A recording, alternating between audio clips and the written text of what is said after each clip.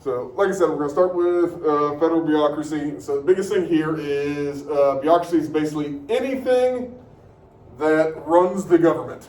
Okay? Yes, the president and Congress and all that kind of run the government, but it's all the things that when they make a decision, those things that actually implement and run the government. Okay?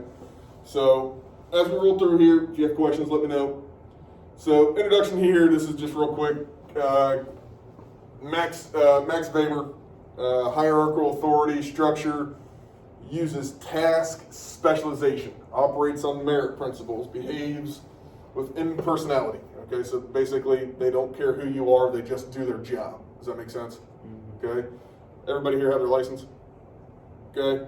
So you've all been to the DMV? Do any of them really care who you are when you walk in there? It's awful, okay? Like they could care less about anybody. Shockingly, the last time I went there, I knew a kid I actually coached and he actually talked to me. First time I've ever had a personal interaction in the DMV. I've been driving for 20 plus years, okay? So, bureaucracies govern states, basically, okay? Yes, you have senators and representatives and presidents and all that kind of stuff. Bureaucracies are what run everything, okay? So,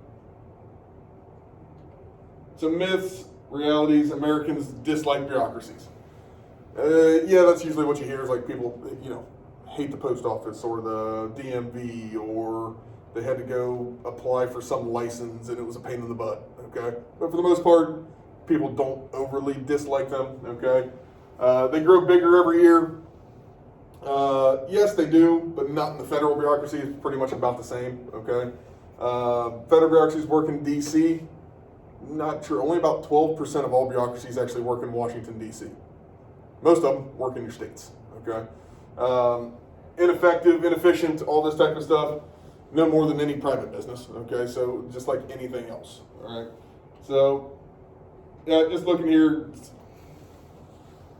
federal bureaucracy versus bureaucracy state and local, okay? So like, this is the amount in the federal government, this would be the amount in the state and local. So there's way more state and local bureaucracies than there are federal bureaucracies. The ones you just hear about the most are the federal ones, okay? So, now, number of employees and that kind of stuff, it all depends on what it is, okay? So, defense, military, yeah, it's even more than that now. It's probably closer to 800,000, okay? Veterans, Homeland Security, Treasury, Justice. So you can see the amount that go in there. Like, there's 4,300 employees for the education department, okay? Why? Because most of the education is run by the states. Does that make sense? So there's not the need for that many federal bureaucrats in education, okay? States run their own education systems, okay? So, one too many, my bad.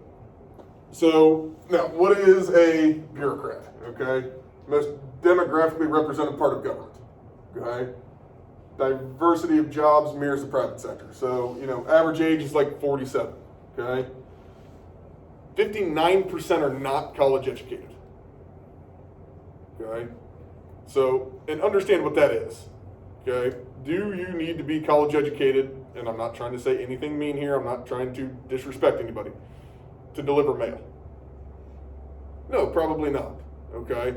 Do you need to be college educated to deal with somebody who needs a new driver's license? Probably not, okay? So, now, bureaucratic jobs in government pay really well, okay? So, not being college educated and getting those jobs is a darn good thing, okay? So, about 55% are male, okay? And then about 70% white, 30% minorities. So, it's the same thing as about any other job, okay? So, number of employees, I'm not really worried about this. All right. All right, so a couple different things here. Patronage and protection. Okay, patronage. I think this is a term on your thing there, okay? Job given for political reasons. Okay? Job given for political reasons is patronage, okay? Civil service. System of hiring, promotion based on merit, nonpartisanship. This created the Pendleton Civil Service Act in 1883. Okay, so what it does is you're based on merit on how you rise up the ranks, and I'll show you here in a minute exactly how that works. Okay, but basically, if you do your job, you hit these goals, you're going to get promoted. So it's not like, well, Joe's doing a really good job, but my brother-in-law's cousin's roommate's nephew is related to Emma, so I'm going to promote her. Okay? So it's based on, you did your job to this point, you go to the next level. You didn't do your job as well as him, you stay at that level. Does that make sense? Okay, so it's all about that way. Okay? So like I said, merit principle, entrance exams, promotion ratings, based on talent, skill, all that type of stuff. Okay? And then the last one here, Hatch Act. This has come up almost every year on AP government exams. Okay, the Hatch Act prohibits government employees. This is redundant the way this is written. Prohibits government employees from active participation in partisan politics. Okay, so if you are the director of Homeland Security, okay, you can't go, well, I'm a Republican and I vote for this person. You can't actively participate in politics. You can vote, you can do that, but you can't go stumping out there for Biden or Trump or something like that. Does that make sense? Okay. But this one has popped up on the AP exam more than once in the last few years. All right. So a couple other little ones here. Office of Personal Management. All right. Federal office in charge of most of the government's hiring. Okay. And you'll see an acronym OPM. Okay. Does all the hiring. Think of the HR department for the federal government's bureaucracies. Hire, fire, all that type of stuff. Okay.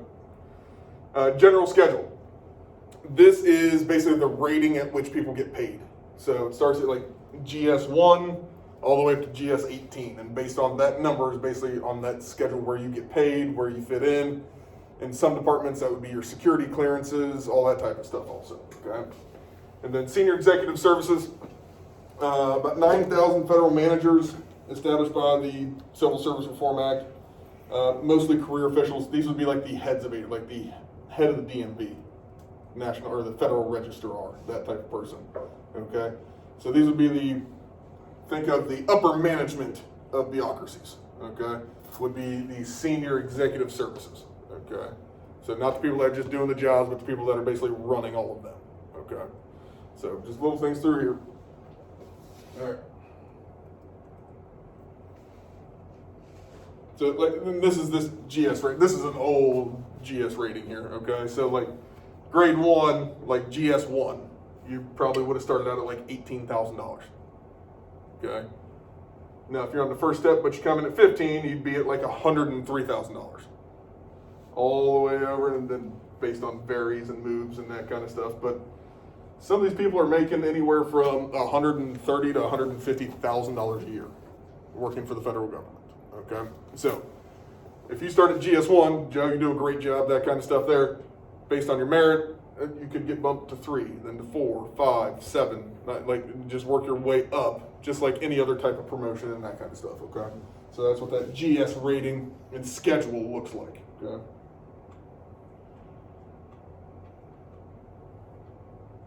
All right.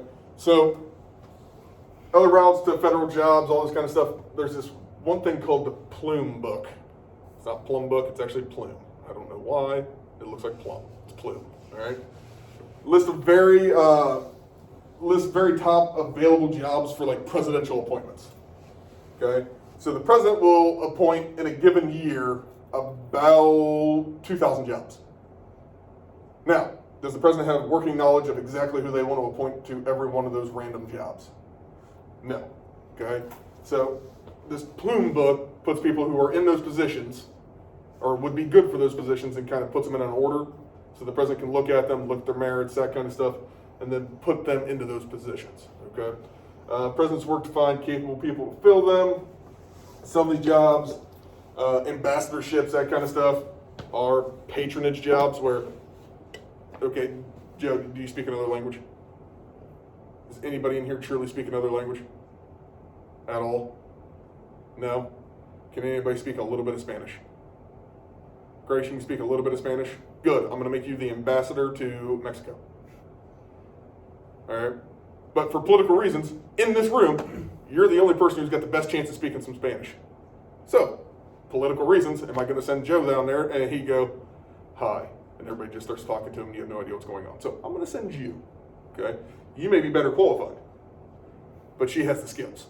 Does that make sense? So that would be a political patronage job. I'm sending you for political reasons, okay? Most important trait for most of these bureaucracies and that kind of, or bureaucrats and stuff, transience. Anybody know what that term means? Anybody? Basically, it means you're able to move all the time. You're transient, okay? You could be in one place for 6 months, the next place for 4 months, another place for 12 months, one place for 6 days. Who knows? You're able to move very easily, okay? Now, how these are organized. So cabinet departments. So the 13 cabinet departments headed by the secretaries are all bureaucratic jobs, okay? So everything that falls underneath those would be bureaucracies, okay? Department of Justice is headed by the Attorney General. Then the other 12 are headed by Secretary of Defense, Secretary of Education, Secretary of Homeland Security, Secretary of the Interior, Secretary of State, all of those, okay? Each has its own budget, staff, policy areas. Cabinet departments can be controversial. Republicans have tried to disband education, energy, and commerce because they feel like the states should handle those more, okay? Now, the states do handle education, but federal government can hold things over your head to make sure you do them the way they want them done. All right, we'll talk more about those also later. All right, so any of those cabinet departments are all there. So you can see, like, you got the executive office of the president and then all of those departments. Underneath all of those departments are all of these bureaucracies. And that's not all of them. That's just a handful list, okay? But some of these in here, there's a bureaucracy for like, let's see here. National Aeronautics and Space Administration. What is that? NASA, right? It's a bureaucracy underneath the, if I remember correctly, I think that one is now underneath like Homeland Security because we now have the Space Force. Sweet uniforms. Everybody see this? No. I'll pull those up later. All right. But yeah, I got like the Tennessee Valley Authority, which deals with oil and other things in right around that Kentucky, Tennessee. These are all bureaucracies that fall underneath one of these 13 areas, okay? Okay, so organization for a department. So you got secretaries, solicitors, attorney generals, all this stuff. So all of this stuff, and this is just one of those, okay? So secretary, you got these solicitors. Oh, it just keeps, they are very convoluted. They're like a big tangled web of holy crap, all right? Who deals with what, okay? So like Department of Homeland Security can deal with 75 other agencies that they are all responsible for, okay? Oops, sorry. Now, there's a couple other different types. So independent regulatory agencies, IRAs, that kind of stuff, responsible for some sector of the economy, makes rules and judging disputes to protect public interest. So a couple of these are the FCC, which is like the Federal Communications Commission, Federal Trade Commission, Securities and Exchange Commissions. These are independent regulatory agencies because they only, for the most part, okay, take this with a grain of salt, for the most part, only answer to themselves, okay? They don't have to answer to a higher authority, for the most part, okay? It's like Federal Communications Commission. This is what, they regulate what goes over any type of airways, TV, radio, that type of stuff, okay? Federal Trade Commission, who we can trade with, where tariffs are, how much they are, that type of stuff. Security and Exchange Commissions to make sure there's like not insider trading and Wall Street and all that type of stuff, deal with all those. But if you have somebody pulling the strings over top of it, a lot of corruption could happen inside of those, okay? So I'm not saying they don't have corruption, I'm just saying they don't answer to somebody higher, okay? Usually they're headed by 5 to 10 people, make rules, concerns over capture of the agencies, this type of stuff. Maybe some of you will remember this a little bit. Super Bowl, halftime show, Justin Timberlake, Janet Jackson, the wardrobe malfunction. Oh, yeah. Yeah, okay, where we got to see way too much of Janet Jackson, okay? So FCC, Federal Communications Commission, that kind of stuff. I think that was on CBS. I can't remember exactly, it was a bunch of years ago. But like, CBS got fined like $10 million for that, okay?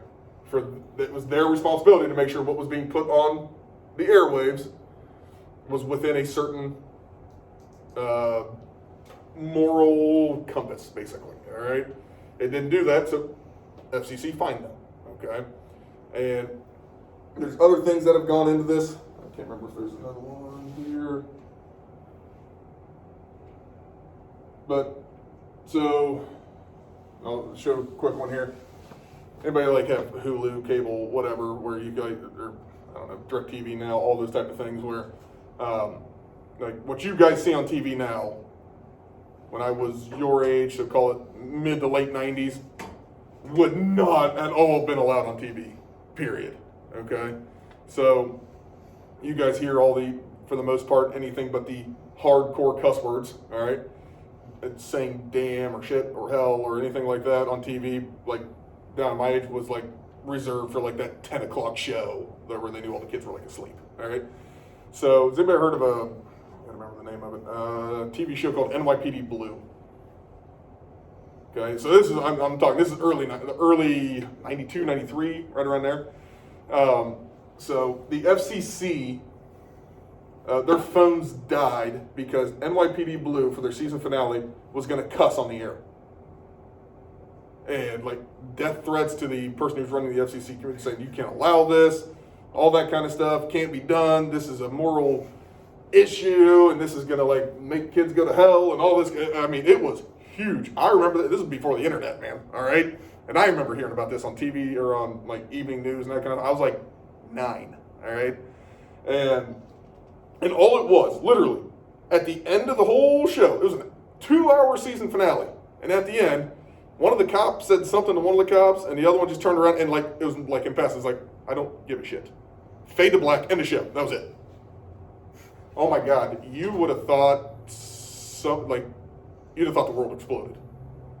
People were angry. Now, think about some of the shows you guys watch now. Like everyone's like, whatever. All right, so things have changed, all right? And for the most part, these agencies change with the times also, okay? So, all right, government corporations, we've only got a few of these. Basically run like business, they're run for profit. Postal Service, Amtrak, those are they're bureaucracies, but they're government corporations that are intended to make money, okay? Postal Service doesn't make a lot of money, all right? Amtrak actually makes a little bit of money, okay? I'm not saying it's like billions and billions of dollars or anything like that, okay? Independent executive agencies, okay? They don't fit anywhere for the most part. General Service Administration, NASA at the time, before like, Space Force pulled them back in, kind of, all right? But they're completely independent, they're executive agencies, but they don't really fit underneath a secretary for the most part, okay? So these are just a few of them.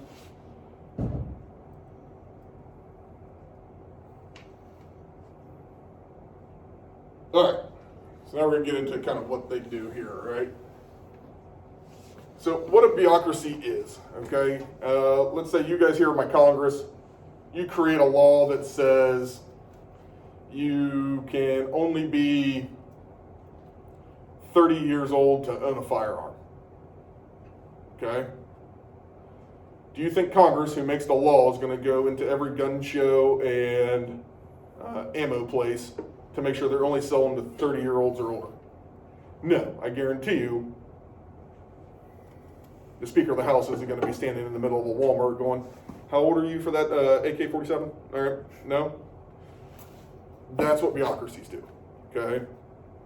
These are the people that actually implement the laws, okay? So goals, objectives, operating, ongoing programs, all that type of stuff. Policy making that takes place between establishment, consequences, all this stuff. These are the people that actually handle all of this, okay? Implements include assigning agencies and policies, okay? Translating the policies, coordinated resource to achieve the goals of not selling to somebody who's under 30, okay? No.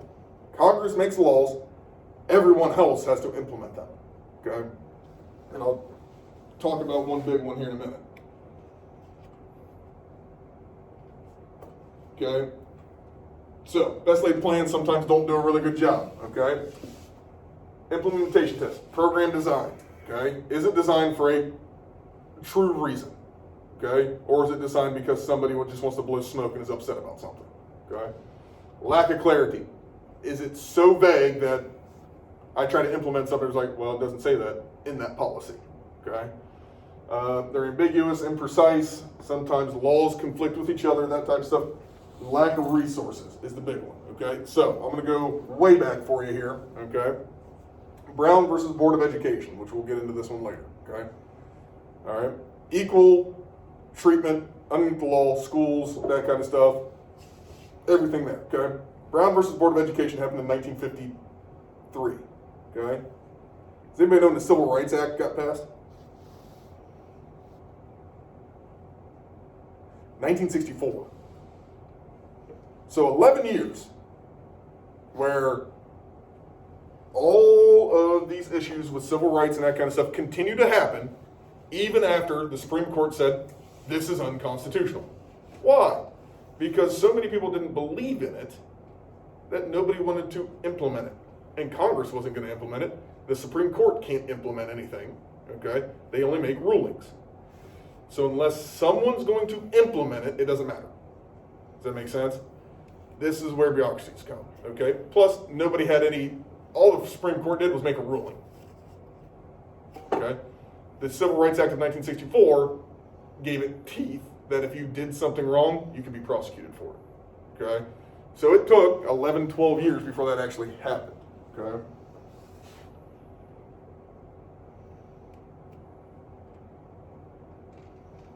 Now, lack of resources is one of the big ones, okay?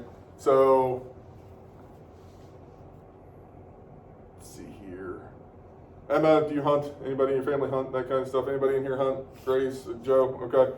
So, again, you know where to buy ammo or guns legally, correct? Yeah. Where's the one place you probably go? Cabela's. Cabela's? Okay, great. All right. So, lack of resources. We said again, Congress makes a rule that only 30-year-olds and over could buy firearms, okay? But they only give $1 million a year to implement that law. How many Cabela's are there in the United States? Thousands, right? Bass Pro, I mean, Walmart sells guns. Yeah. I mean, think of the amount of places somebody could go and legally purchase a firearm. Do you think $1 million is enough to get enough people out to actually see if that's happening? Including all of the little dealers, like, somebody just runs a mom and pop ammo and gun shop, that kind. You don't have the money to do it, it doesn't matter. If you don't give the resources to enforce something, it doesn't matter. It's not going to happen, okay? You just can't do it, okay? So when these plans are laid, they got to make sure, okay, do we have enough money to make sure this actually happens? Train people. Have enough people employed to go out and check on this, okay? Administrative routines, all this kind of stuff. So bureaucracies can be a pain in the butt because sometimes there's just not enough people to do anything, okay? And if you make a law that's super big, that's going to affect the entire United States, who knows, okay?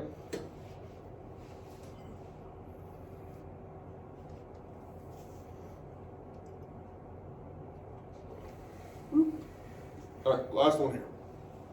Okay? Still this implementation test, all right? Administrator's disposition, administrative discretion, okay? It varies per response. So, Joe, what you think somebody should be doing could be a little bit different than what Emma's thinking that they should be doing. Does that make sense? So unless you have black and white routines and that kind of stuff to say exactly what should be done, you have interpretation, which can be dangerous, okay? All right, street level bureaucrats have the most discretion, so like the lower levels, okay? So like you have a, like the federal registrar for like all the DMVs. There's one person. Do you think they make decisions on what happens at the Union County DMV? Yeah, they'll make big ones that go across everybody, but if there's a problem immediately right there, the head of the Union County Department of Motor Vehicles is going to make a decision. Does that make sense? Mm-hmm. Okay, so street level, lower levels actually have the most discretion and at times have the most power. Okay, discretion is greatest where standard operating procedures aren't prevalent. So where it's lack of a better word, unorganized. Okay, so and then the last one here, fragmentation. Some policies are spared among several agencies or spread among a bunch of agencies. Agencies have different rules, same policy, depends on, let's see here, like the ATF, alcohol, tobacco, and fire, all right? Could have different ideas of how to implement something than like the Department of Defense. They're thinking the same thing, but we want to do it one way, we want to do it another way, and that's where they start to butt heads, and that's when people get, for lack of a better term, super pissed at each other. And then things run really slow. Okay, does that make sense? All right, so we're gonna stop right there, but we'll come back tomorrow. We got a couple things we gotta finish up with this to get into specifics of bureaucracies and that kind of stuff, all right? All right.